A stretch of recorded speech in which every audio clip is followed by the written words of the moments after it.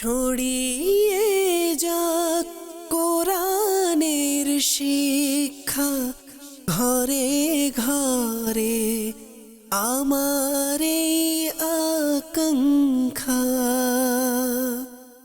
الحمد لله رب العالمين والصلاة والسلام على سيد المرسلين أما بعد فأعوذ بالله من الشيطان الرجيم بسم الله الرحمن الرحيم الصلاة والسلام عليك يا رسول الله وعلى آلك وأصحابك يا حبيب الله الصلاة والسلام عليك يا نبي الله وعلى آلك وأصحابك يا نور الله মাদানী চ্যানেলের দর্শক অনুষ্ঠান কুরআনী সূরার পরিচিতি এতে আপনাদের স্বাগতম জানাচ্ছি, শুভেচ্ছা জানাচ্ছি। আল্লাহ পাক আমাদের সকলকে নূরে কুরআন দান করুন, কুরআনের আলো দ্বারা আমাদের অন্তরকে আলোকিত করুন।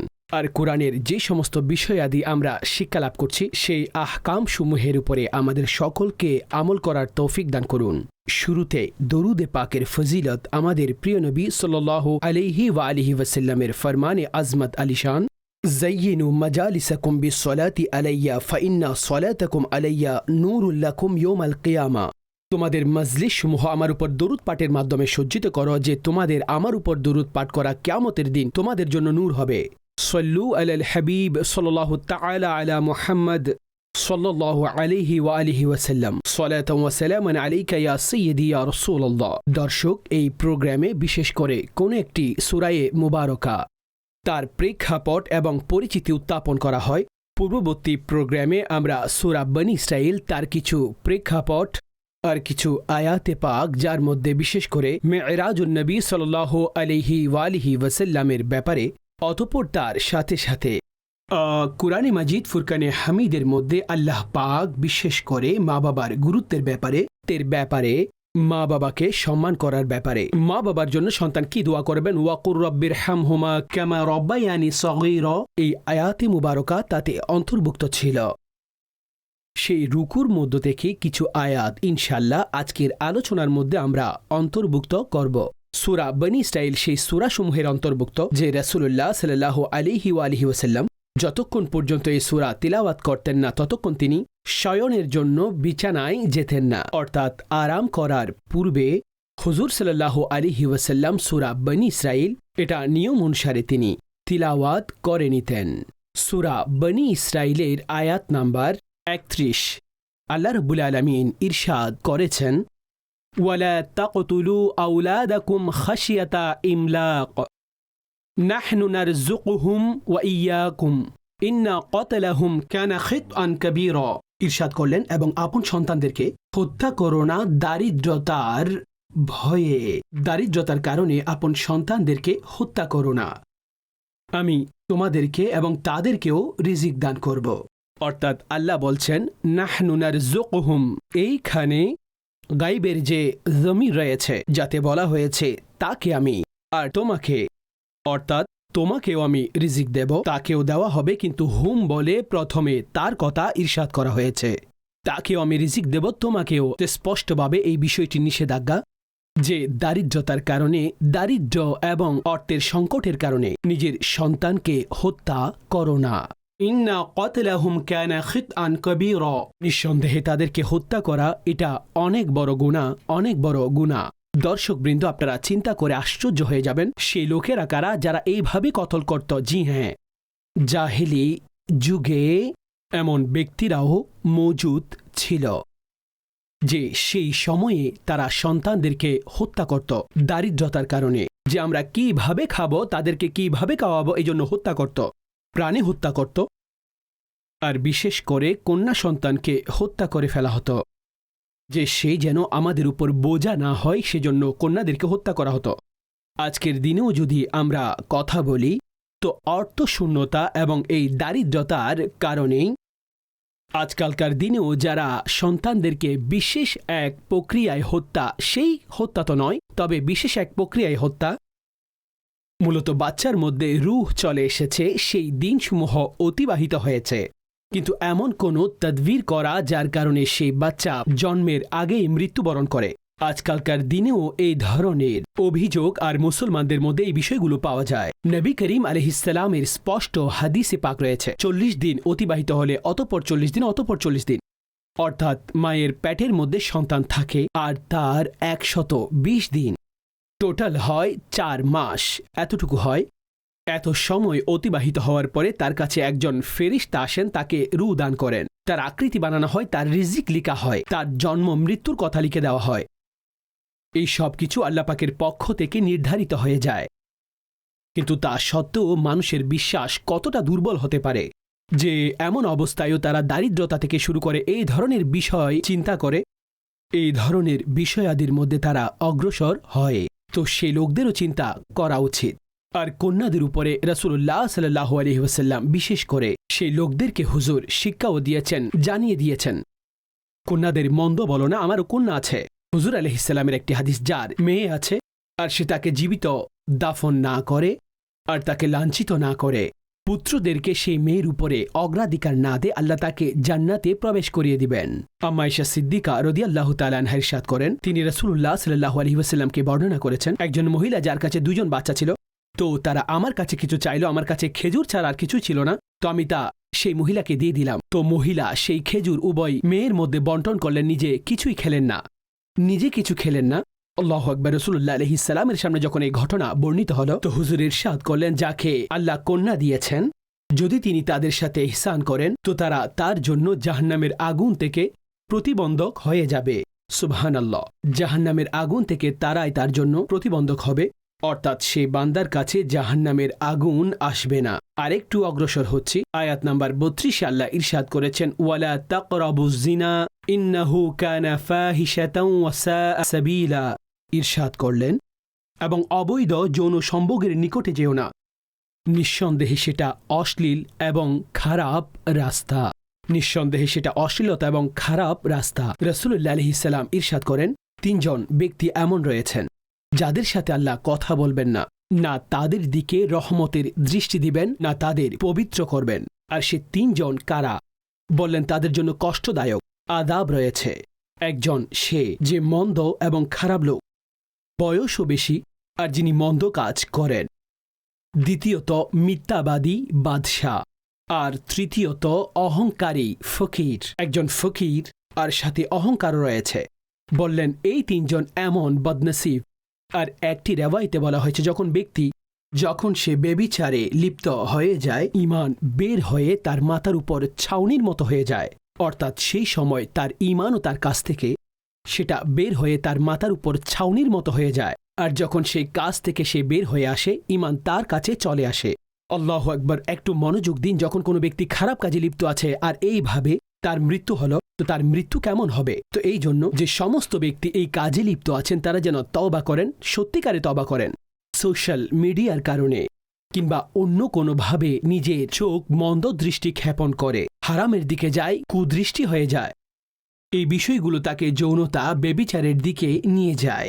নবী পাক আলাইহিস সালামের কাছে একজন যুবক আসলো আর সে এসে বেবিচার করার অনুমতি চাইল।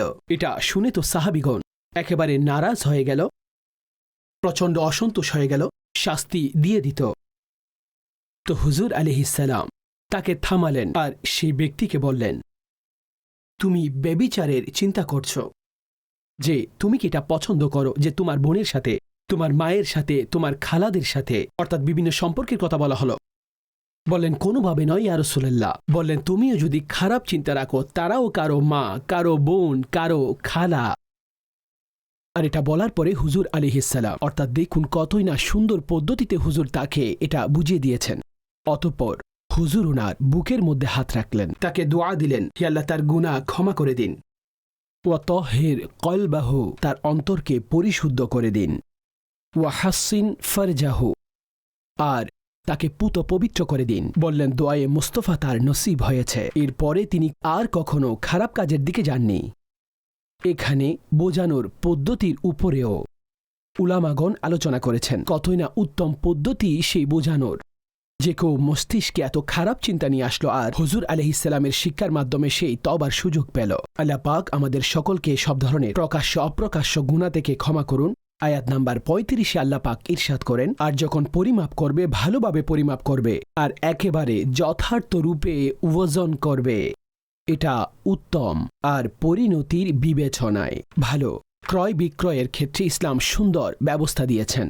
কারো সাথে ধোঁকাবাজি করো না, পরিমাপ পরিপূর্ণরূপে আদায় করো। ওজনের মধ্যে পরিমাপের ক্ষেত্রে কম বেশি করো না। পরিমাপে কম, প্রকৃতপক্ষে আপনি তার হক নষ্ট করছেন।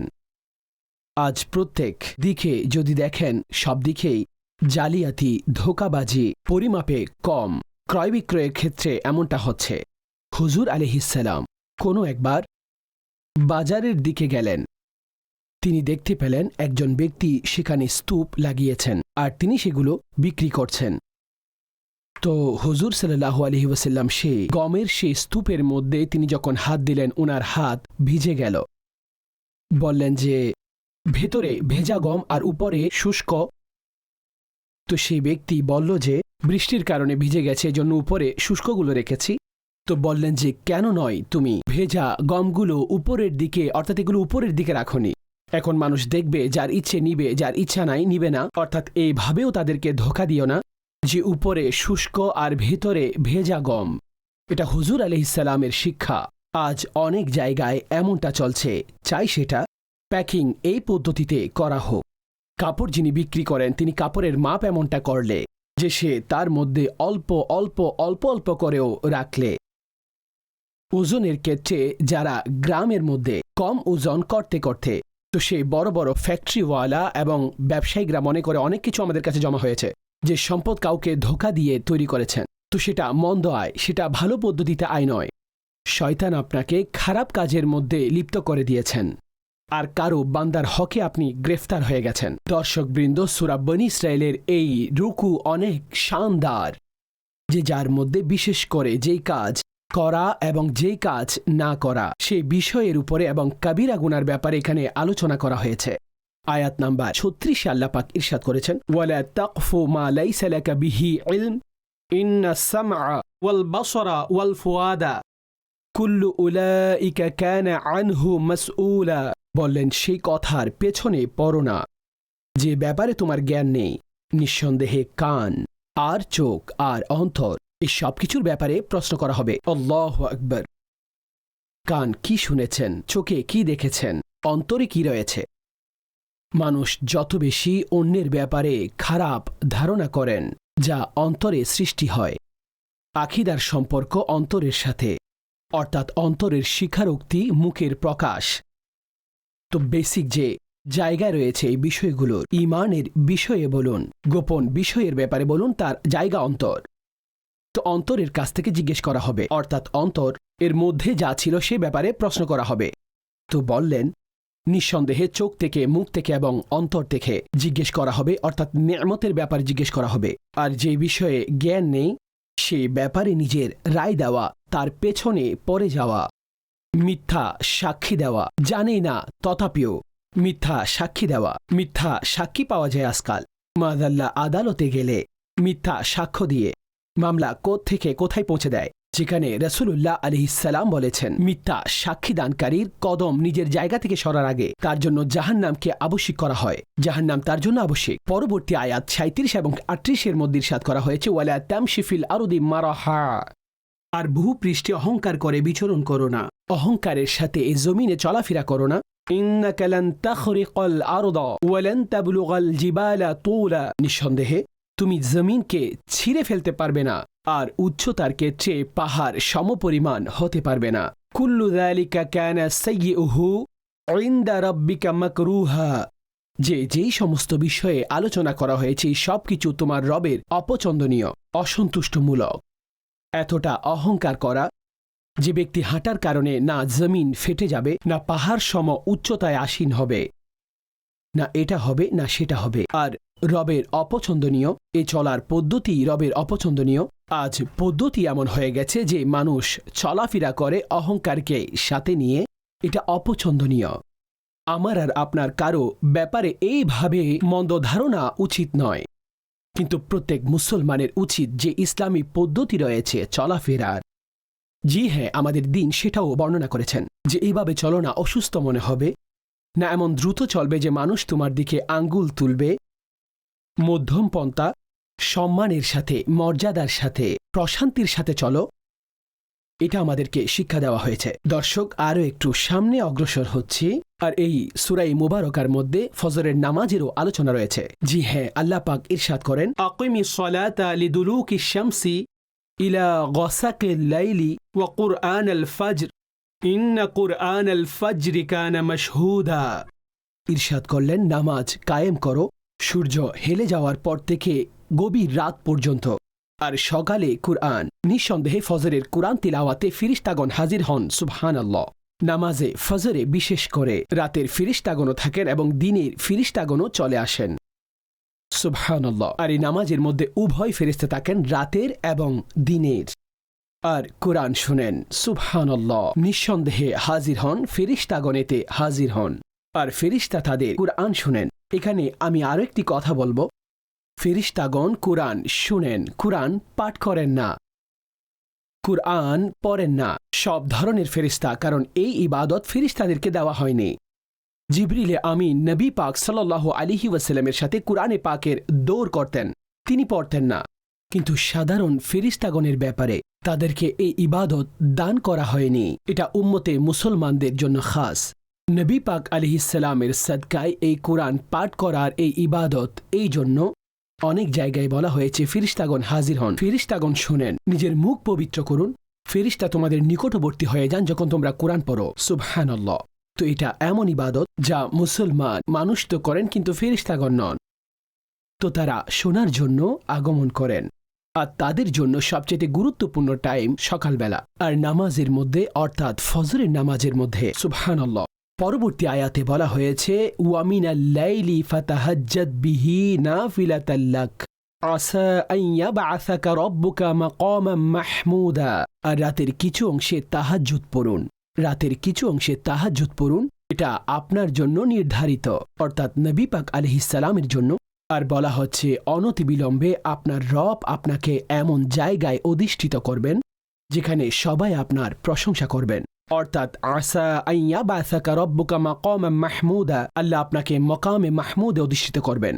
দর্শক, তাহাজ্জুদের নামাজ হুজুর আলাইহিস সালামের জন্য ফরজ ছিল এবং তিনি সারা জীবন এটা আদায় করেছেন। উম্মতের জন্য এটা শুধুমাত্র নফল কিংবা সুন্নত হিসেবে। আর জান্নাতে সে সমস্ত লোক যারা তাহাজ্জুদের নামাজ আদায়কারী হবেন, হিসাব ছাড়াই জান্নাতে প্রবেশ করবেন। তারা হিসাব ছাড়াই যাবেন। আর রেওয়ায়েতে বলা হয়েছে, ওয়াহুম কালিল, তারা একেবারে কম, একেবারে কম। জান্নাতের মধ্যে এমন একটি মহল থাকবে যেখান থেকে ভেতর থেকে বাহিরে, বাহির থেকে ভিতরে দেখা যাবে। জিজ্ঞেস করা হবে, এটা কার জন্য? তো বলা হবে, এটা তাদের জন্য যারা ভালো কথা বলেন, মানুষকে খাবার খাওয়ান, আর যখন মানুষ ঘুমান তখন তারা নামাজ পড়েন। সৌভাগ্যবান। তাহাজ্জুদের নামাজ 2 রাকাত, কমপক্ষে 8 রাকাত পর্যন্ত পড়া, আর 12 রাকাতও হুজুরের কাছ থেকে প্রমাণিত। তো কমপক্ষে, অর্থাৎ 2 রাকাতও কেউ পড়লে তো তাহাজ্জুদের ফজিলত ওনার অর্জিত হয়ে যাবে। যখন কেউ ইশার নামাজ পড়ার পরে কিছুক্ষণের জন্য তিনি ঘুমিয়ে যান, অতঃপর উঠে তিনি যে নফল নামাজ পড়েছেন সেটা তাহাজ্জুদ হিসেবে বিবেচিত হবে। দর্শক, সূরা বনী ইসরাঈল থেকে কিছু বিষয় আজকে সংক্ষেপে আরজ করেছে আল্লাহ পাক আমাদের সকলকে, যে আহকামসমূহ আমলের বিবেচনায়, ফজিলতের বিবেচনায় যা বর্ণিত হয়েছে তার উপর আমল করার তৌফিক দান করুন। আর যে সমস্ত মন্দ কাজ থেকে বাঁচার জন্য আল্লাহ আমাদেরকে বলেছেন, আল্লাহ পাক আমাদেরকে সে সমস্ত কাজ থেকে বাঁচার তৌফিক দান করুন। আমিন। পরবর্তী প্রোগ্রামে ইনশাআল্লাহ সূরা কাহাফ থেকে কিছু বিষয় আলোচনা করার আমরা চেষ্টা করব, তার প্রেক্ষাপট শুনব, তার কিছু বিষয় নিয়ে আলোচনা করব। আল্লাহ পাক আমাদের সকলকে কুরআনে পাকের উপর আমল করার তৌফিক দান করুন। আমিন। বিজাহিন নবীল আমিন সাল্লাল্লাহু আলাইহি ওয়া আলিহি ওয়াসাল্লাম। ছড়িয়ে যাক কোরআনের শিক্ষা, ঘরে ঘরে আমার এই আকাঙ্ক্ষা।